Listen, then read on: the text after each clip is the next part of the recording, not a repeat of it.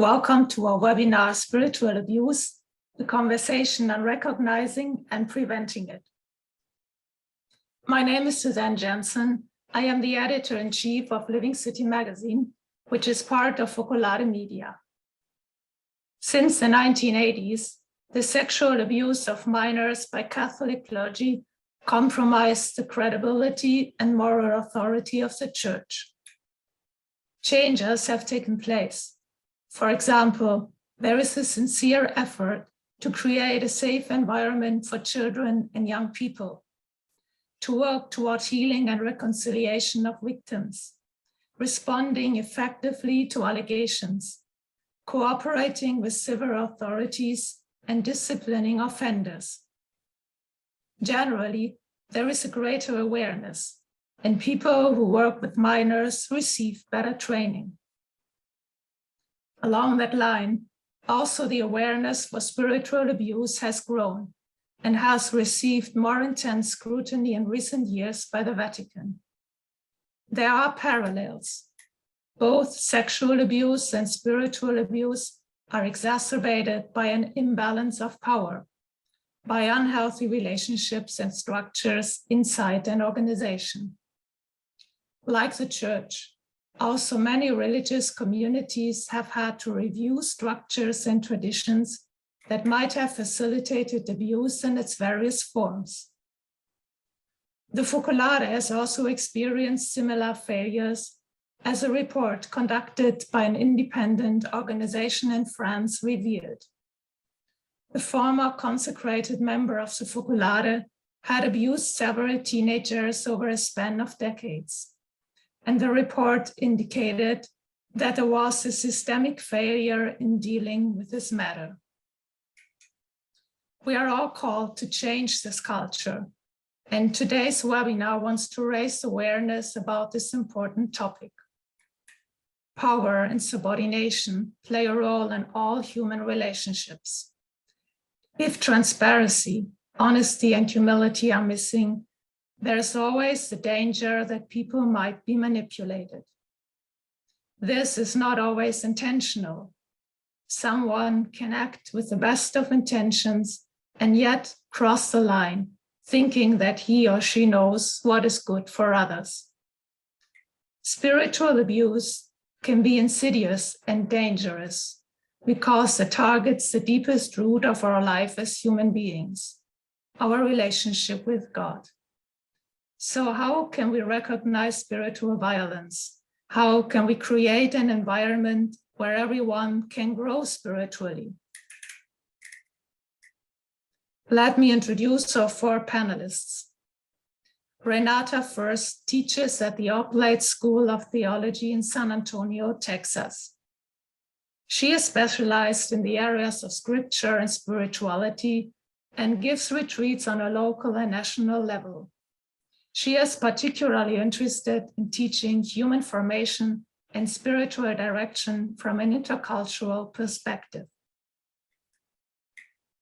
Nancy O'Donnell holds a PhD from Yeshiva University in New York in clinical psychology and is specialized in treatment of drug addiction and sexual abuse disorders.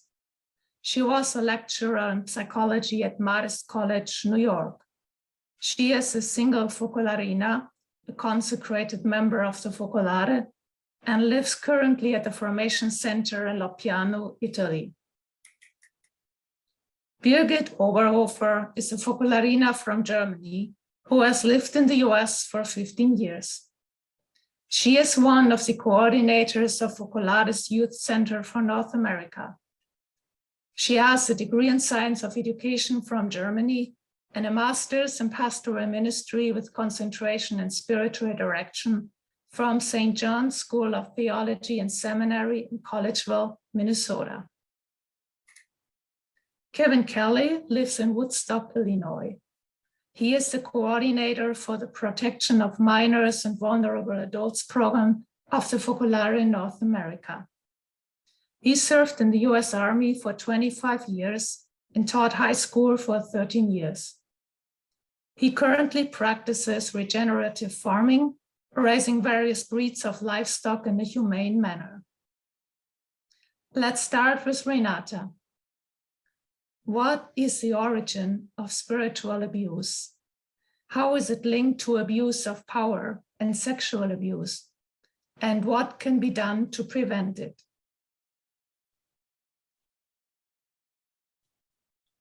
Thank you. To respond to those questions, I'm going to share my screen with you at the moment.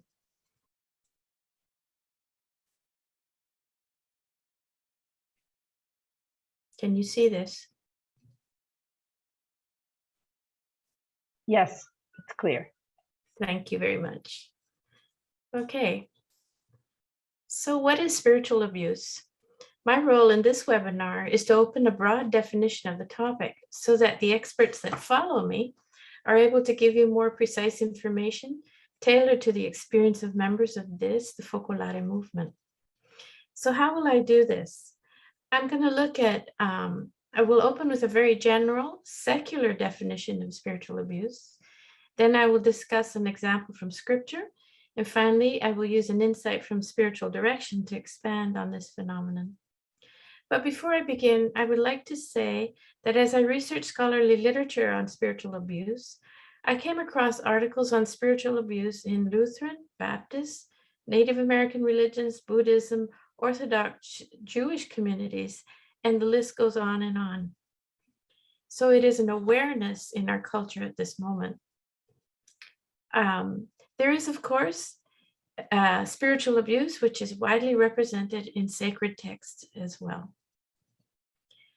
So what is spiritual abuse? The website WebMD gives the following definition.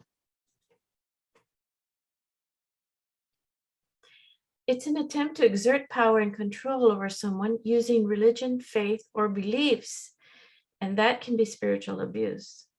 It can also happen when a religious organization or in a personal relationship. Spiritual abuse is not limited to one religion, one denomination, or a group of people. It can happen in any religious group as an element of child abuse, elder abuse, or domestic violence. So this basic definition tells us that spiritual abuse can occur when there is asymmetric relationships, when one person has authority over another. For example, where we have clergy, catechists, spiritual directors, or anyone who misuses the trust of their charges to exercise power over them. Spiritual abuse can happen on a communal, but also on a one-on-one interpersonal basis. Spiritual abuse can happen in relation to other forms of abuse, such as domestic violence, child or elder abuse. One difficulty I found in the literature is that spiritual abuse and trauma are terms that are often used interchangeably. So this brings up the question, is trauma and its symptoms always a result of spiritual abuse? And what role does resilience play in this situation? So I leave those as open questions. As you have probably noticed, this is a very secular definition of spiritual abuse in that it avoids talking about a personal or communal experience of God. In spiritual abuse, a person or persons step inappropriately into that fundamental human-divine relationship. So we're going to look at an example from scripture.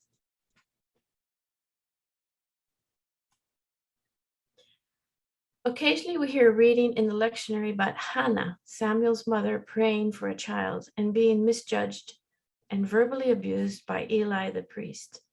Shows she is praying, her lips are not moving, and Eli thought she was drunk. So he says to her, "How long will you make a drunken spectacle of yourself? Put away your wine." But Hannah answers, "No, my lord, I am a woman deeply troubled. I have drunk neither wine nor strong drink. I have been pouring out my soul before the Lord." What follows in this story is the story of Samuel, which we often hear read in the lectionary. The selection emphasizes a calling of a child by God as he receives a call, and Eli tells him, "Say, speak, Lord, your servant is listening." But what we don't know is that behind this is a prophecy against the spiritual abuse that Eli's sons, Hophni and Phinehas, are perpetuating against God's people. God says to Samuel, I have told him that I'm about to punish his house forever for the iniquity that he knew, because his sons were blaspheming against God, and he did not restrain them. As we look further into the story, Samuel has to tell Eli that this is the prophecy. His sons were using the sacrifices of God for their own enrichment. But when Eli hears from Samuel, his response is, it is the Lord. Let him do what seems good to him. So this biblical story clearly presents personal and communal spiritual abuse, but it also offers us another example, the indifference of the person who holds the spiritual authority to act upon the injustice. Samuel's story also illustrates the way God, who is one of the aggrieved parties, can work, even with the voice of a child, to put a stop to the spiritual abuse of his people. Finally, we're going to look at spiritual abuse and spiritual direction. So spiritual direction is possibly the most intimate setting for spiritual abuse. It's one of the places that is supposed to safeguard a person's inner life with God. When spiritual directors train for this ministry, they are typically trained to view the inner forum as a dynamic relationship represented by the figure on your screen. Notice that the spiritual director is not placed between the directee and God. Ignatius of Loyola describes it like this: when seeking the divine will, it's more fitting and much better that the Creator and Lord himself should communicate himself to his devout soul, inflaming it with his love, praising and disposing it for the way which it is better to serve him. And he goes on to say, it is the person giving the exercises or giving spiritual direction should not turn or incline to one side or the other, but stand in the center like a balance, leaving the Creator to act immediately with the creature and the creature with its Creator and Lord. When someone in ministry is conscious of the holy ground they are ministering on, they will receive regular supervision to make sure that they are in balance, not forcing their viewpoint, opinions, theology, or desires on the person they accompany, no matter how much they believe they are right. May Jesus, who experienced spiritual abuse at the hands of his contemporaries, may Jesus help us to heal and build stronger individuals and communities for his praise and service. Amen. Thank you, Renata, for this very clear explanation. After this first round, our panelists will answer your questions. Please use the Q&A box that you found on the bottom on your screen to write them down. Nancy, what are different forms of spiritual abuse? How can we distinguish it from normal conflicts? And how can we be aware of it while living a spirituality that emphasizes journeying together? Thank you for these questions. I actually would like to respond first to the open question that Renata left us with, which was trauma and the question of resilience. Because I think that we all know that spiritual abuse can occur in any setting.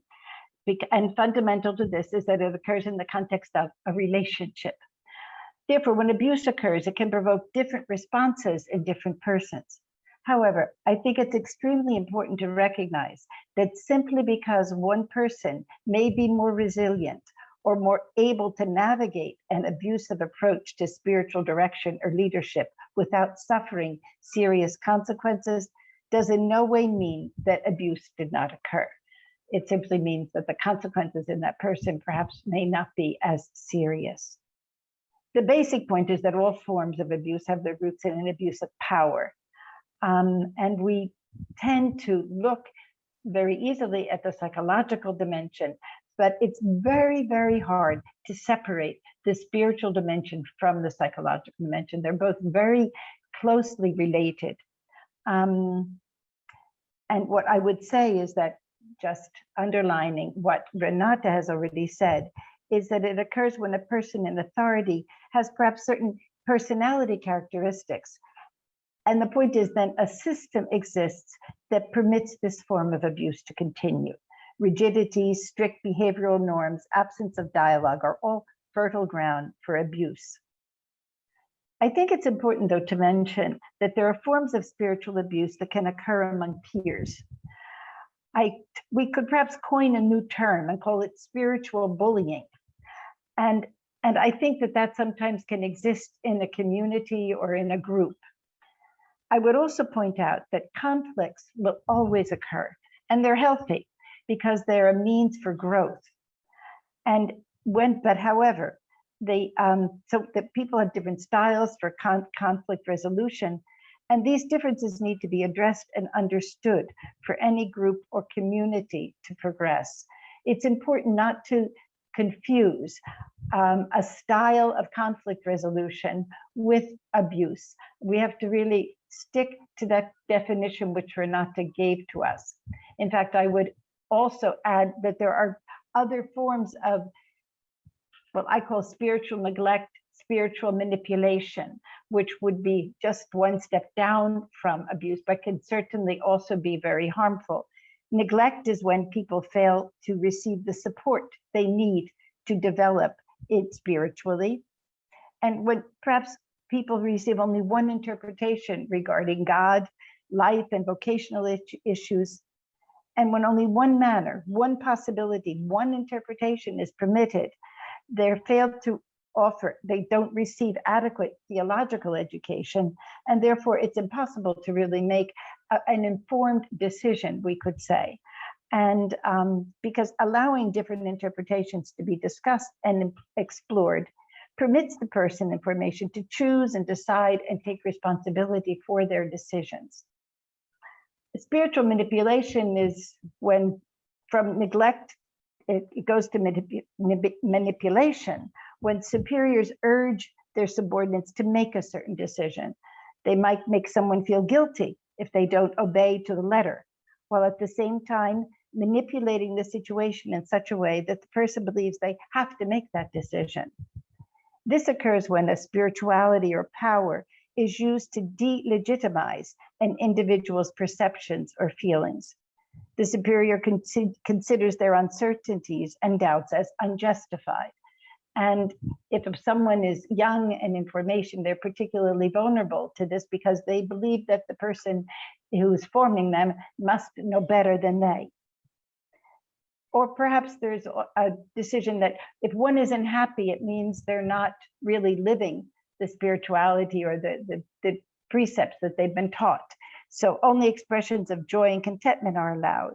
Doubts and insecurities instead are taboo. All of these things that take place in a relationship that's supposed to be based on spiritual, a person's feelings and abilities can be subtly devalued by comparing them to other members of the community who are considered better, combined with an accusation that one perhaps is not humble enough. It's very easy to create a certain form of dependency and end up violating the person's conscience. And this is very serious. Spiritual violence, then, the next step, occurs when the will of the person is broken and they're made to submit to a spiritual leader. Perhaps there's a way of prohibiting them to maintain important relationships with family and friends, or their privacy is violated when people read their emails or messages. Very dangerous one is when I perhaps confide something to my spiritual director, and then I hear it back from another person because my privacy was not respected. there are many ways that in religious communities, especially, a person can be forced even to undergo a medical examination that they don't really want to do under the guise of obedience. I would, since I still have a few minutes, I'd like to speak about what to be aware of when choosing someone for a leadership position in a religious organization or community. One way is mistaking an inferiority complex for humility. Alfred Adler, who's a renowned psychologist of the last century, said that people with an inferiority complex in positions of leadership tend to compensate for their feelings by abusing their power. And I fear that this mixing up humility and a sense of inferiority could be something that we need to be aware of. Allow me to mention some aspects that are needed for healthy leadership, because we all need emotional bonds that include protection, comfort, support, and sharing. These bonds are essential to community life and the mental health of all who are called to be in relationship builders. Being in a community, and particularly if we're called to live a spirituality that is based on relatedness, regardless of their role or level of responsibility, all are called to be relationship builders. For a community to generate vitality and growth, its members need to feel understood, listened to, recognized as a person, and motivated. Feelings of being under accusation, of not counting, or of not being recognized or feeling rejected, these are all things that are destructive to the individual and to the life of the community. What I call positive generativity avoids paternalism, exclusivity, and a kind of welfare assistance in any relationship. The importance of collaborative dialogue cannot be overlooked. This entails seeking mutual comprehension in view of a greater common good, which is lived out on an everyday basis and in non-competitive discussions. Very challenging to have non-competitive discussions when we have different points of view, but it would be the goal of a community that does not abuse.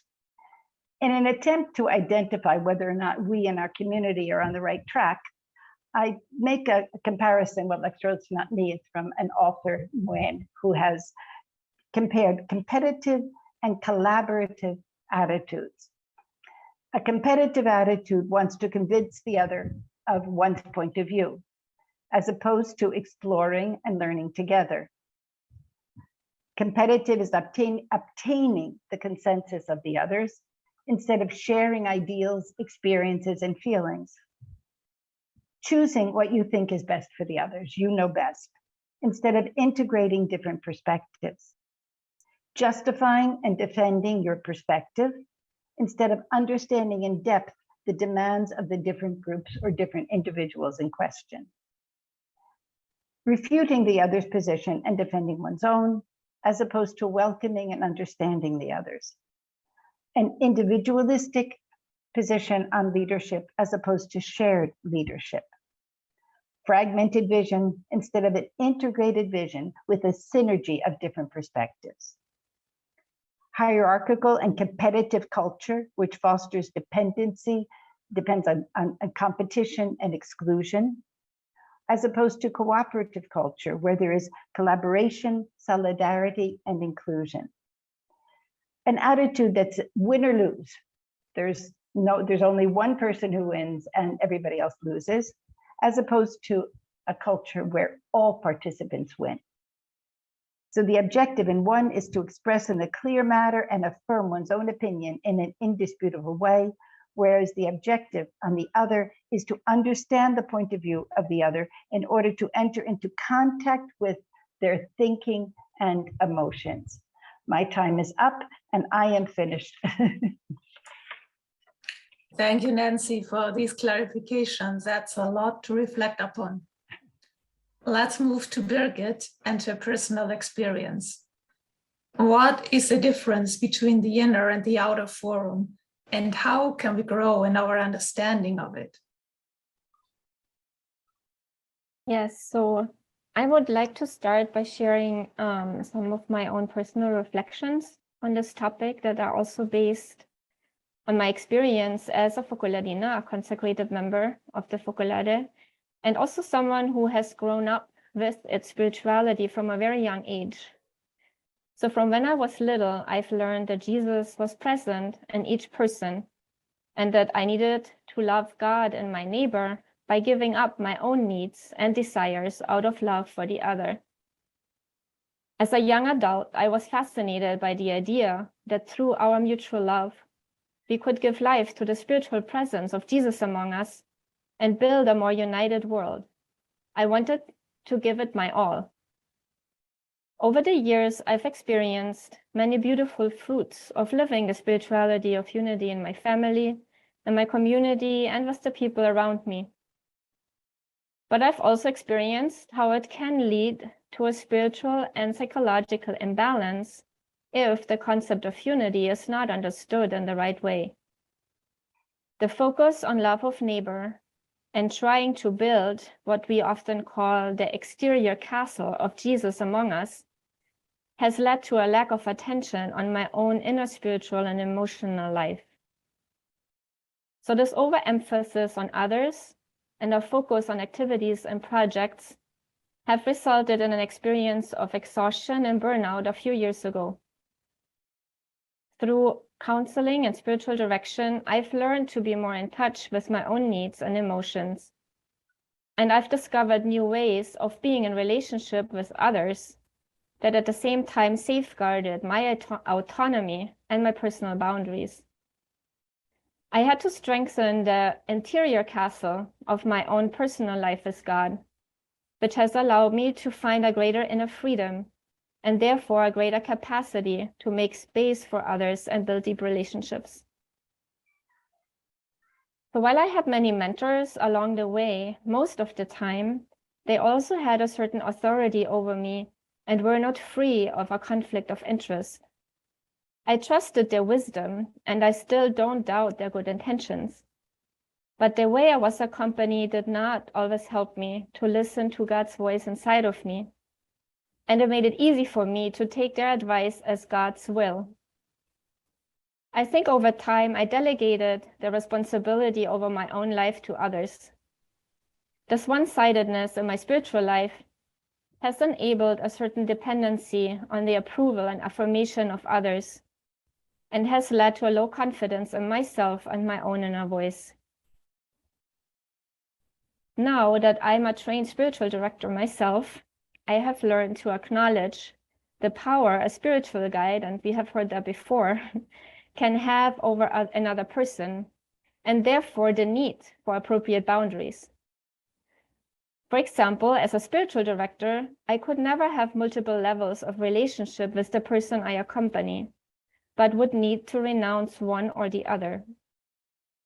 Within the Focolade movement instead, the person in authority often also has the role of a spiritual guide, which can more easily lead to abuse of power. So when Pope Francis addressed the General Assembly of the Focolade movement, which is our main governing body, in 2021, he spoke about the necessary distinction between roles of governance and spiritual accompaniment. And Pope Francis stated, and this is a quote from his talk to the General Assembly, he said that those with governing authority at any level in the movement should not be charged with the spiritual guidance of individuals. And he strongly recommends avoiding, that's another quote, the intermingling of the sphere of governance and the sphere of conscience, because this can give rise to abuses of power and other abuses that we have witnessed. It's the end of the quote. So this distinction of roles is known in the Catholic Church as the distinction between the inner and the outer forum of a person's spiritual life.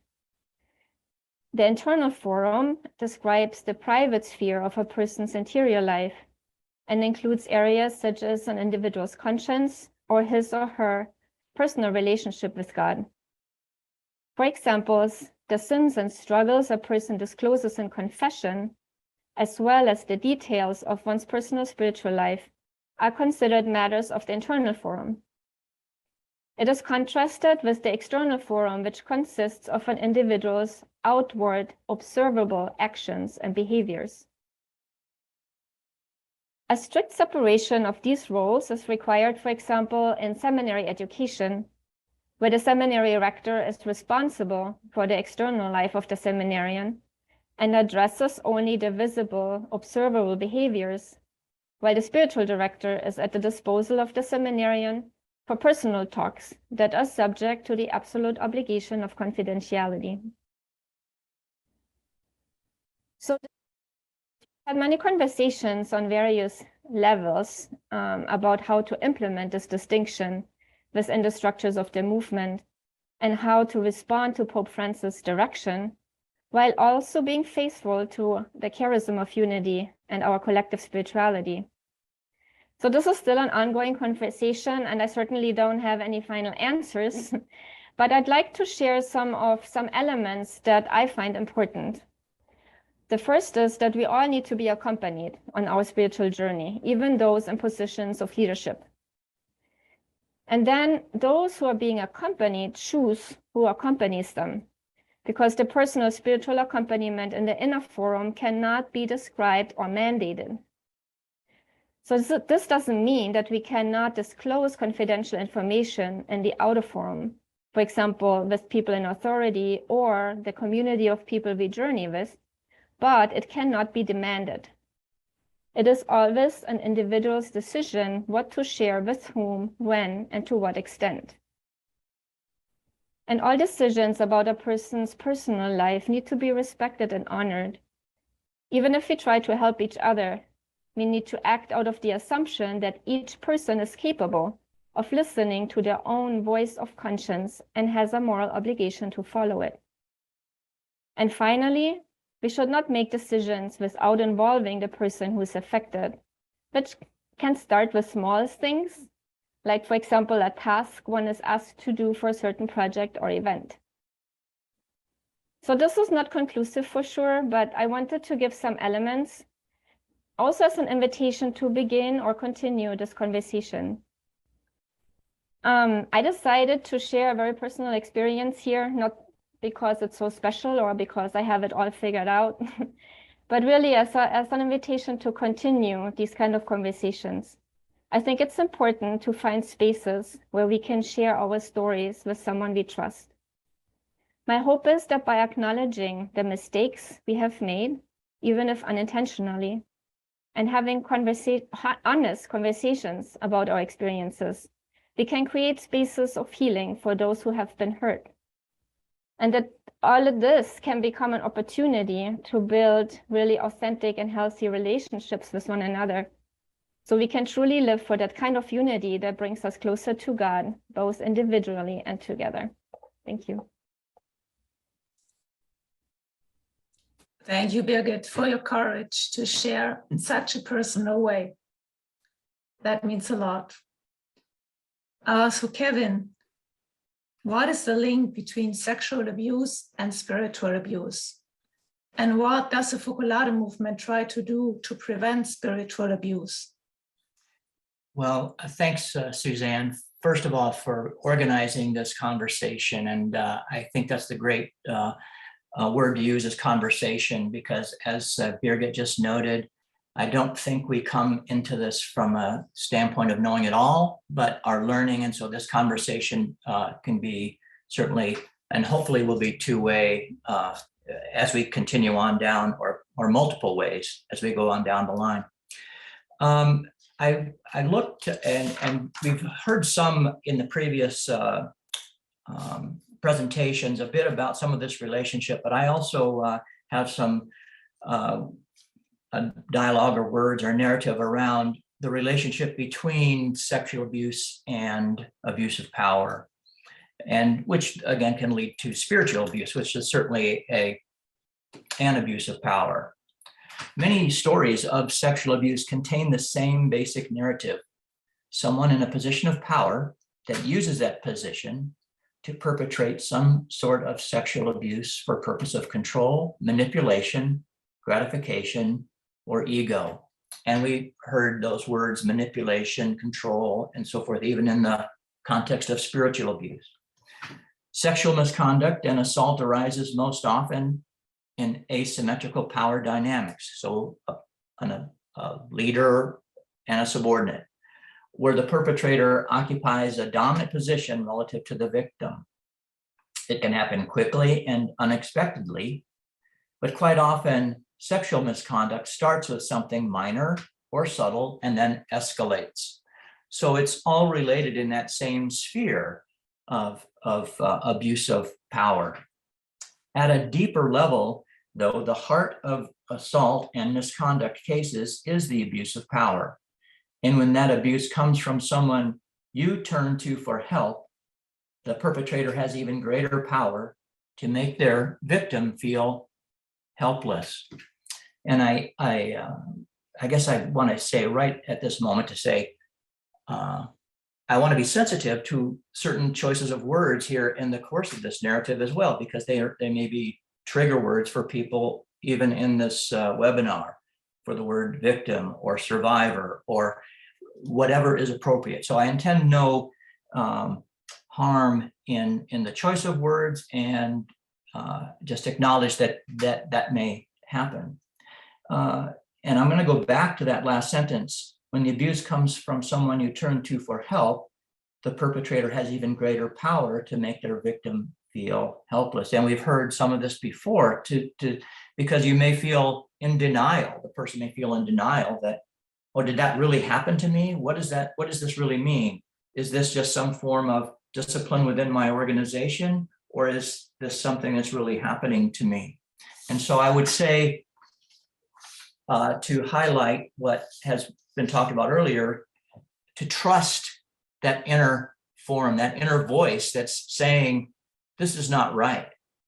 And then take the step to speak to someone that you trust, perhaps a spiritual director, perhaps someone outside that organization where you are experiencing that difficulty, but to trust that inner voice. Now, to answer your question about what is the Focolare movement doing, I'm going to discuss two levels of that. One is the Focolare movement worldwide, and then also us in North America. Worldwide, the Focolare movement is recognizing, based on the report that you mentioned earlier, the need for some very fundamental changes, not only structurally and culturally, but also in procedure.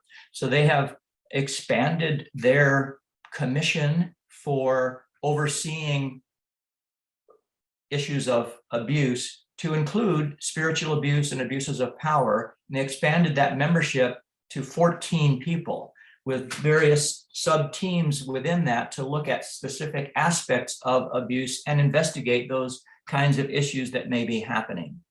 They're also in the process of updating their overall policy around abuse, sexual abuse, to include abuse of power, expanding the idea of what does it mean to be a vulnerable adult, that includes people who are in position of subordination to a person of power.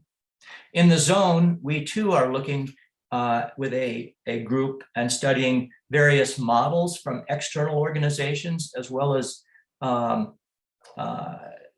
external people, models of organizations that have done it well, or are proposing, are doing things well, and other organizations and other people who have expertise around this particular field, so that we can then integrate a policy and procedure for being able to provide those kinds of spaces for people to get remedy. And I'll say we are taking an approach that's victim-centered, with an idea toward instituting restorative justice for the victim and or the survivor in that case. We see that it's our group that's working on this, I'll call it update to our overall policy and procedure, is looking to what do we need to do within the organization structurally, from a standpoint of formation, and also from the standpoint of policy, to then shift the culture to be open to provide those spaces to listen and hear for cases and then respond appropriately to them when they happen. So thank you, Suzanne. Thank you, Kevin. It's a long way, but we need to start going. So thank you for explaining these steps. Now we already got a lot of questions. Please make sure to add yours in the Q&A feature. And I hand it over now to Carlos Freire, Assistant Editor at Living City Magazine, for the Q&A session. Thank you, Suzanne. Yes, we have received a lot of questions, and some of them have already been answered. So to begin with, I would just like to point out that we will send follow-up email to each one of you with all the materials that the panelists are willing to share. So they will make a decision. This will be emailed to everyone, and they will contain links and also useful material for you to follow up. So I believe that answers already the questions of several of you. Look for that email. It should be coming shortly.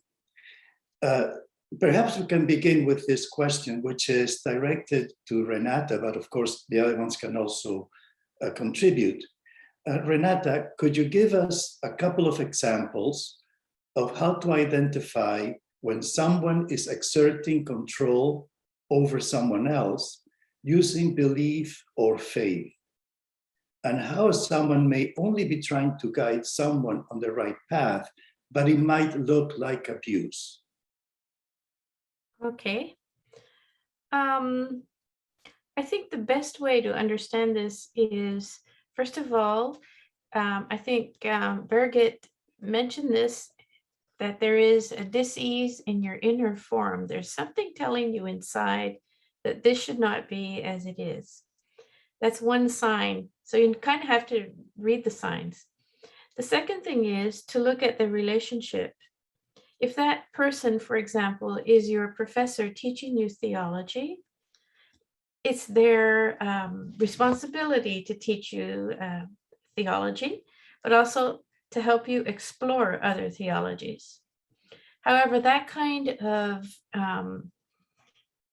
theological framework is rarely ideal in spiritual direction. Okay, you do need some basis. So what am I trying to say? I'm saying you need to look at what is the relationship that you have with that person. Are they your teacher? Are they your spiritual director? Are they your external forum formator? To be able to make a good decision. And I think the best idea is to go to someone outside of that group to express your needs. Thank you. Mm-hmm. Another question, and I'm joining here two questions because they're along the same length, the same line.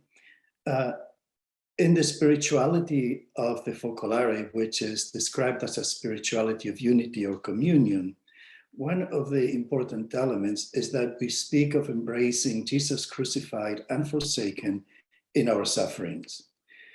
This leads us to be ready to do anything anyone asks of us, even if that causes us suffering, so that we would make unity. This also leads us to be open to spiritual abuse. So how can we protect ourselves from this danger? We'll open it to the panel. Maybe Renata, you can begin.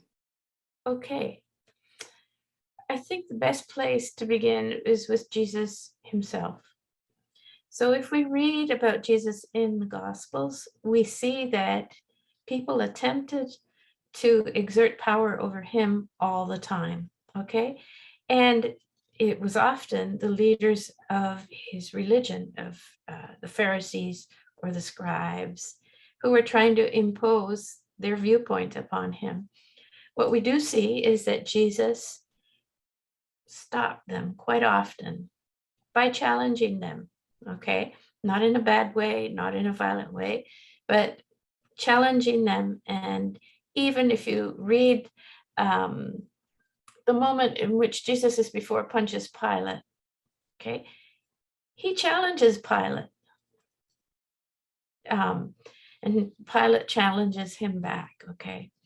So I would say Jesus is a very good model if we want to look at him as someone who opposed spiritual abuse in his life, but we need to look at his entire lifespan, okay? Look at his entire lifespan to see how spiritual abuse played out there.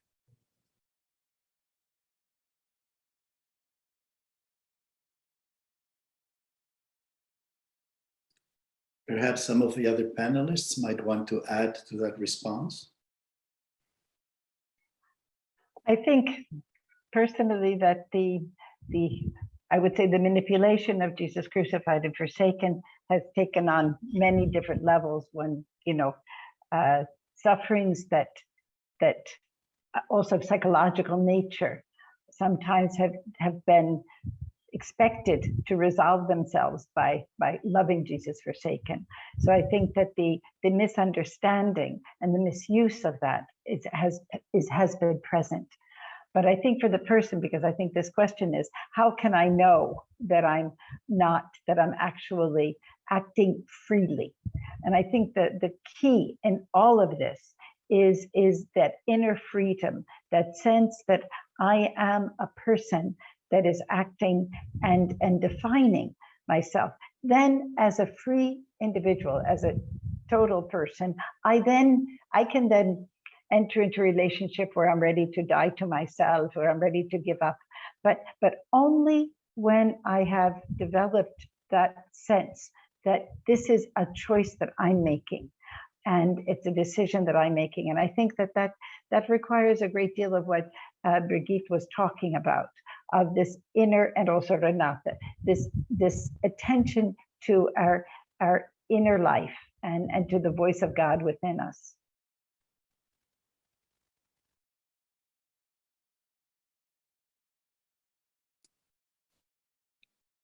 Thank you.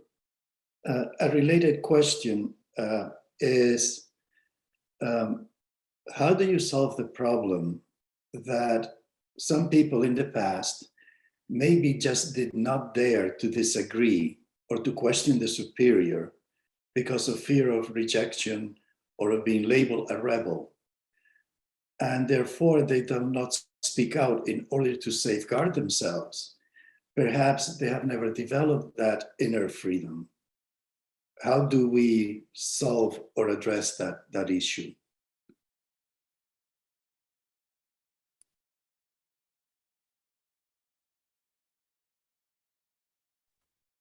I can start, because I think that everybody could have something to say.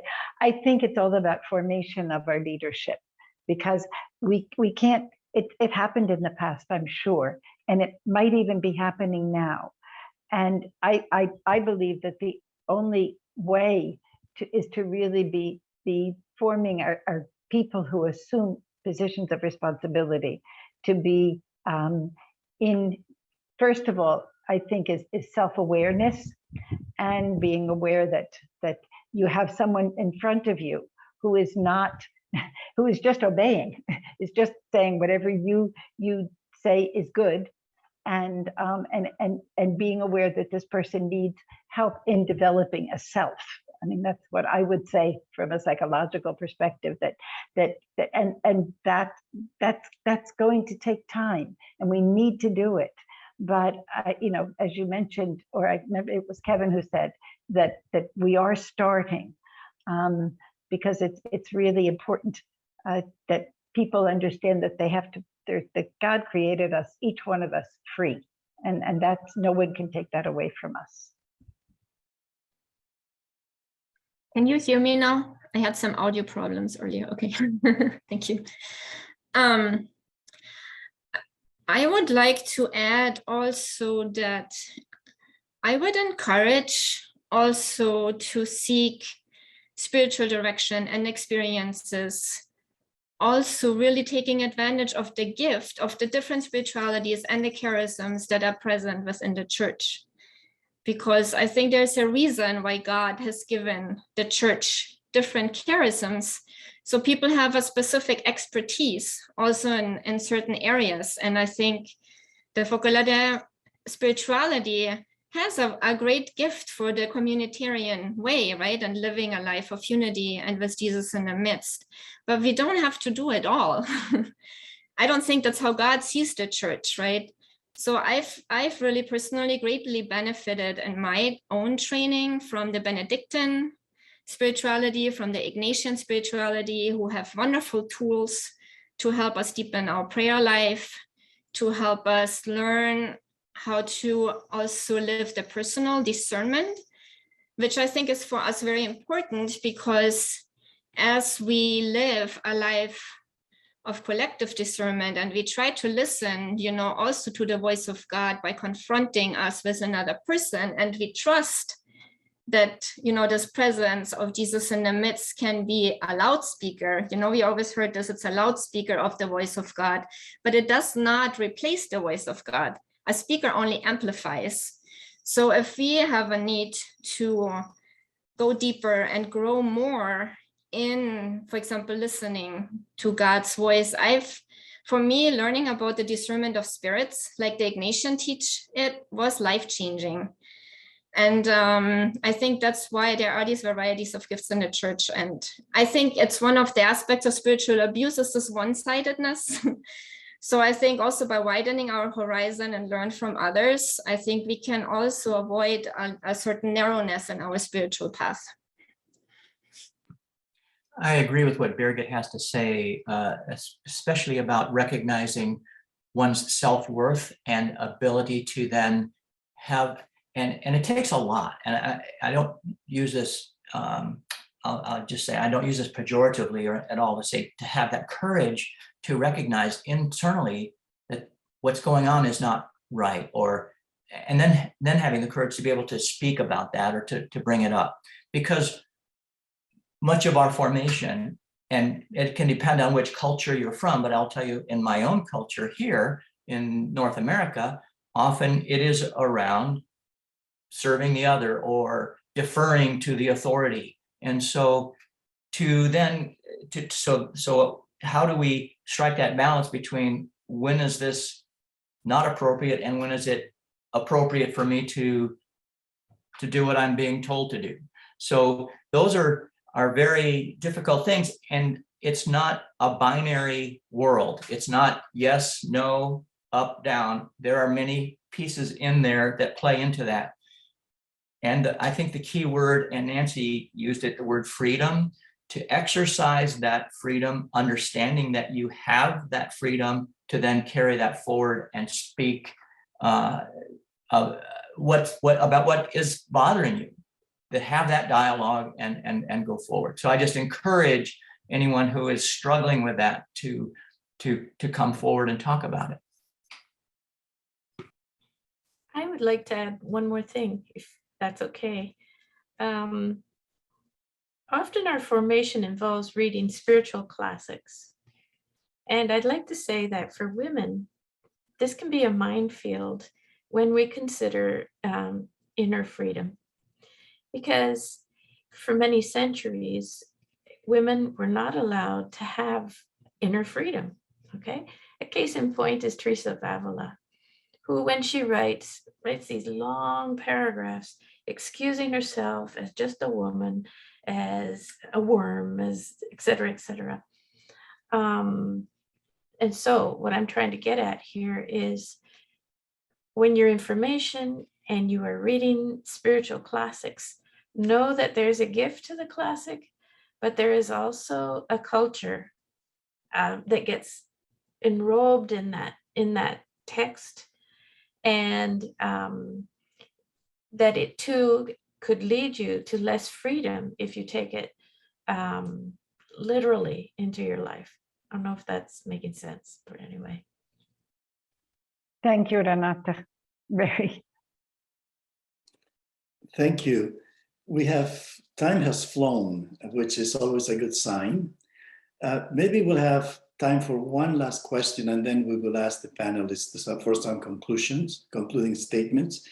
And this is a question, we've talked a little bit about external forum, internal forum. How do we know where the external forum ends and the internal forum begins? And that will be the last question. And as I said earlier, material will be forwarded to everyone.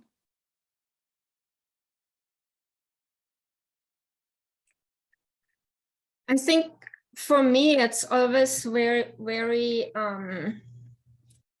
clear to see the external forum of everything that is observable behavior, right?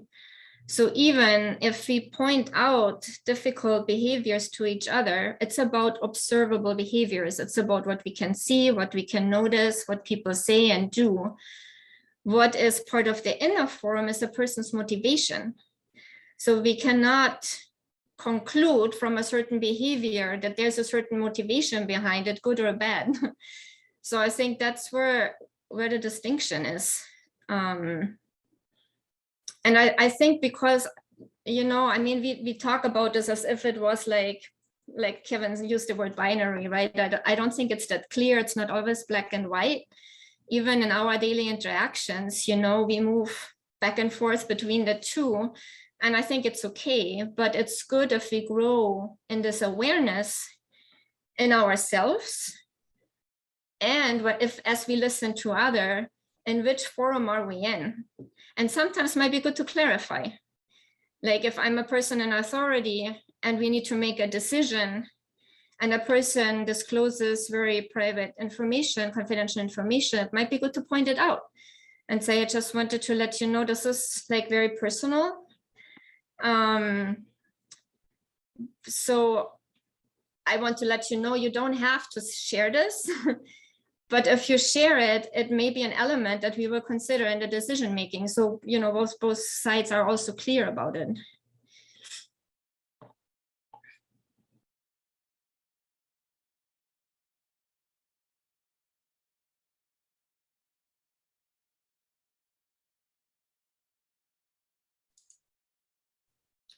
I would like to say that I was involved in seminary formation for 3 years as an external forum formator. And the separation between the inner forum and the outer forum is supposed to be to safeguard the inner life of the person. But that separation does cause some grief or confusion in people. And it is especially the case when your external forum is, as you said, used for decision making.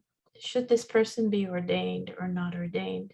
Should this person's bishop hear this, whatever's going on?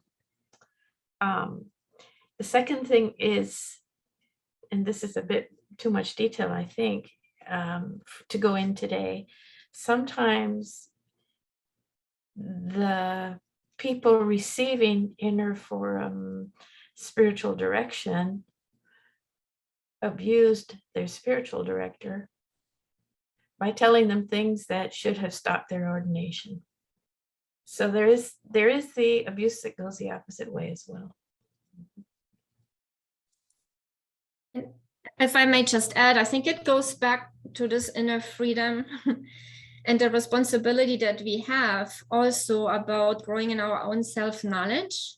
So we can make good decisions, and we can also know when we have the responsibility to disclose something important, even if it's part to the inner forum, but may affect an external decision. We also cannot delegate that to the person who is in the outer forum. We also have a responsibility, right, to share what it's needed to also, because it's a space and community life that's always there. So we need to also, that's why this discernment is so important in front of God. What do I need to share? What do I want to share? What do I have to share? So yeah, thank you, Renata. Thank you, everyone. As we said, our time has come to an end. It passed very quickly. There were important questions that were raised And a special thank you to our panelists for your time and expertise. As we said, this is just the beginning of a conversation that helps us all to be aware of spiritual violence and spiritual abuse, and to learn ever more to respect the other persons in our forum. If you want to reach out to someone of the Focolades Commission for the Protection of Minors and Vulnerable Adults, please use the following email address. We have it also in a slide. It's protect@minorsfocolade.us or protectminors@focolade.ca for Canada. We will include that also in the email that you will receive.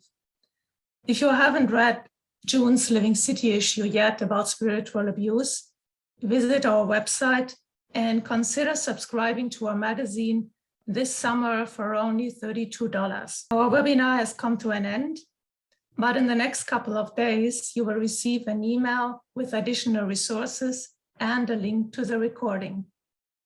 Thanks again to everyone and have a good day.